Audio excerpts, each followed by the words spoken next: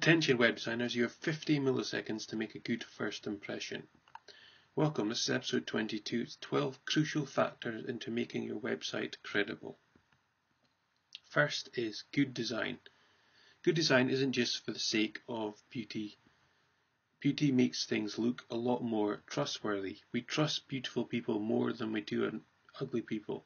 Unfortunately, that's just a fact of life. It's built into us humans. It's hardwired into our DNA that beautiful things and people are just trusted a lot more.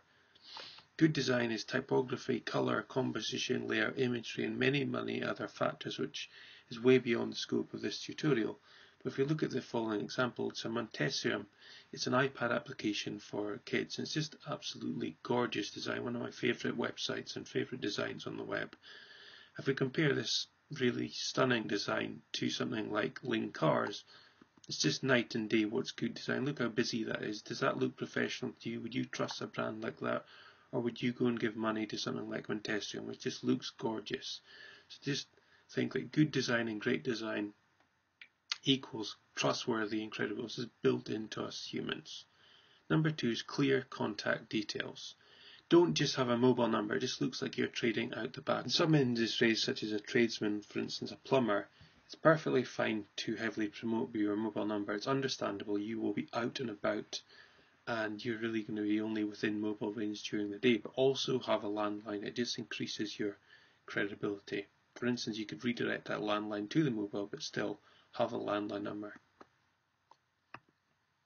State your location on a contact form or your contact page, as well as probably put your contact details on the foot of every page. It just increases credibility that way. And also on your contact page, have a Google map. It just backs up credibility. Number 3 is testimonials with photos. As we talked about last week in last week's video, social proof is very important. Having numerous testimonials really helps with trust. It just shows you've dealt with real, genuine, authentic people. You've got a testimonial saying you've done a great job, and it just increases trust unquestionably. Don't just have testimonials, however, have backing up photos, genuine photos with your testimonials. A pro tip, build in strong objections into your testimonials. We talked about this in last week's video, and it's definitely something worth checking out. It's definitely something worth putting into your testimonials. Number 4 is genuine staff photos. Get someone who knows what they're doing with a camera and get some great shots of you and your staff. While you're at it, get a great shot of your office and or your location. If you look at this example here from ThinkEU, a big design and strategy agency, they've got some fantastic photos there, and it just increases the trust of knowing who you are dealing with. Number 5 is language. If you have short paragraphs, check your spelling 3 times over and again. It goes without saying really, but you can't have your content riddled with typos and spelling mistakes. It just does not look trustworthy. Don't have long complicated words. If people can't understand you, they're not going to be able to trust you, and they're not going to be able to show that you're a credible brand if they can't trust and just understand you.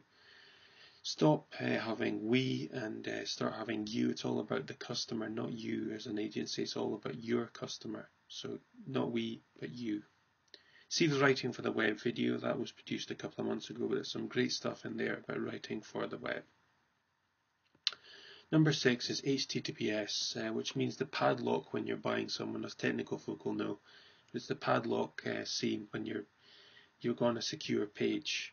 As people get more known the web, there's a lot of people that would just not see that padlock, but today in 2014 the padlock is seen as absolutely crucial when you're entering details such as credit cards.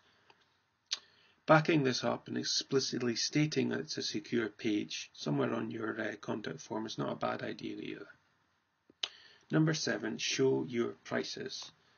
Many of the users will have come onto your site simply for their main task to find out how much a product or your service costs. It also saves you a lot of work and stop replying to emails if you state your pricing on your website.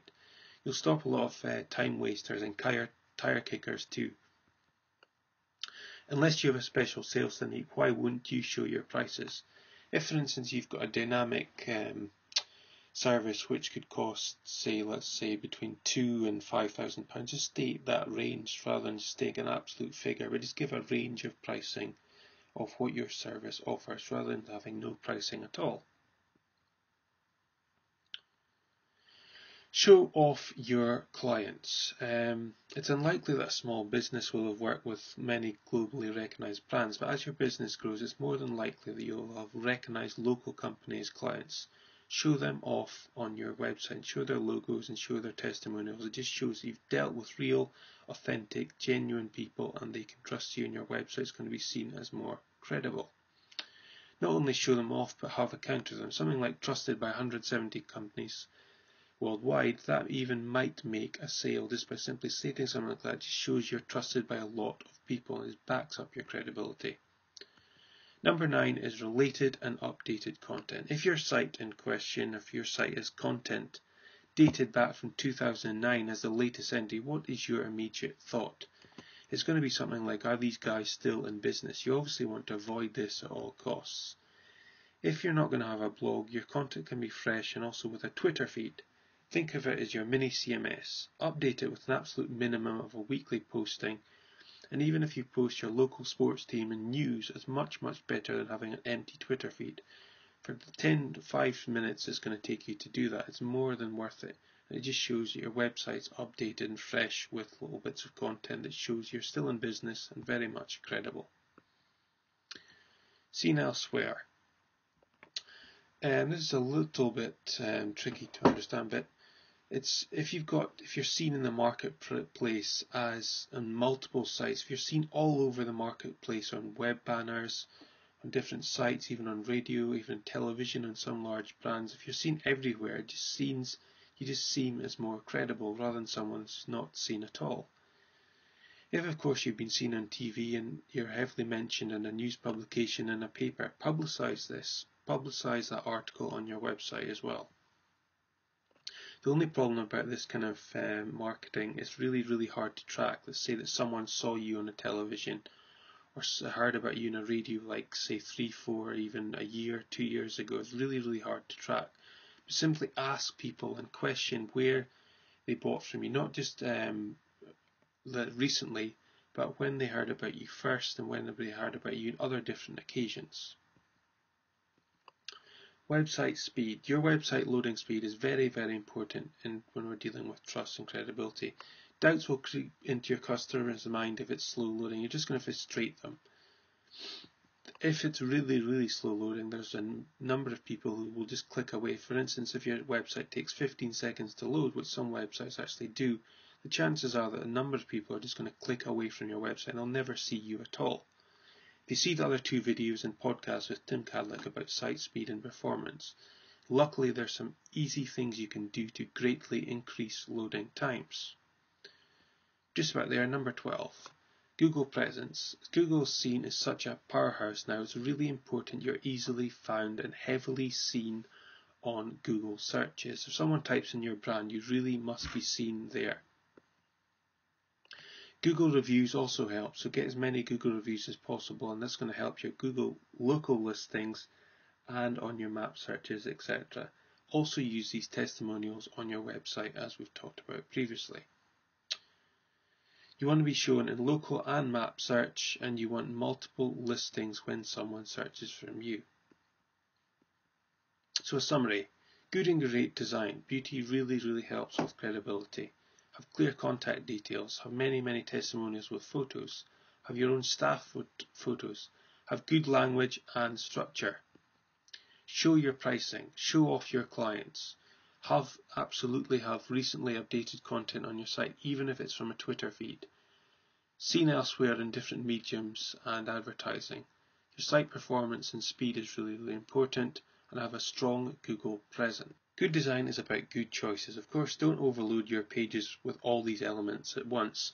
Spread them throughout your site for much more trustworthy and credible sites. Thanks for watching and look out for next week's episode. Keep up with the shows. The best way is probably on Twitter. My personal account is Johnny Mac, and there's the web payload account. There's also the RSS feed, and there is also traditional email, which is a great way to keep up with the shows. Thanks.